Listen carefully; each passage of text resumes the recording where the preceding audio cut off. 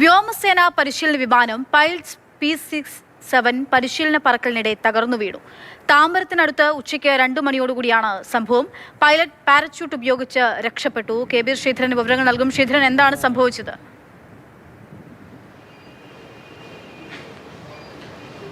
തുടർച്ചയായി രണ്ടാം ദിവസമാണ് ഇത്തരത്തിൽ വിമാനത്തിന് തമിഴ്നാട്ടിൽ സാങ്കേതിക തകരാറിനെ തുടർന്ന് ഇങ്ങനെ അപകടമുണ്ടാകുന്നത്. ഇന്നലെ പുതുക്കോട്ട തിരുച്ചിറപ്പള്ളി ദേശീയപാതയിൽ വിമാനം സാങ്കേതിക തകരാറിനെ തുടർന്ന് അടിയന്തരമായി നിലനിർത്തുന്ന അവസ്ഥ വന്നു. ഇന്ന് പക്ഷേ ചെന്നൈക്ക് സമീപം താമ്പരത്ത് പരിശീലന പറക്കൽ നടത്തുകയായിരുന്നു. വ്യോമസേനയുടെ വിമാനമാണ് ഇങ്ങനെ തകർന്നു വീണത്.